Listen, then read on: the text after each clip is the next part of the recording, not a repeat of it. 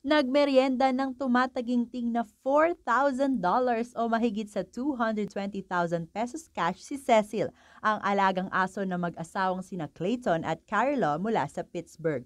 Kwento ng amo nito, nagulat daw sila sa nangyari dahil hindi raw kumakain ng pagkain na nasa coffee table ang kanilang aso.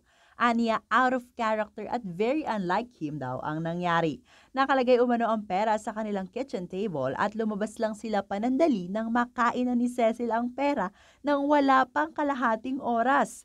Kinain ni Cecil ang kalahati ng pera at pinunit naman ang kalahati pa nito. Samantalang ipinaalam naman nila sa bangko ang nangyari at sinabi nitong maaari pang mapalitan ng pera basta't may makita pang serial number dito. 3 araw naman bago naluwa ni Cecil ang kabuuan ng pera at pinagtagpi-tagpi ng mag-asawa ang mga serial number nito. Sa huli, nabawi nila ang $3,500 o mahigit 192,000 pesos.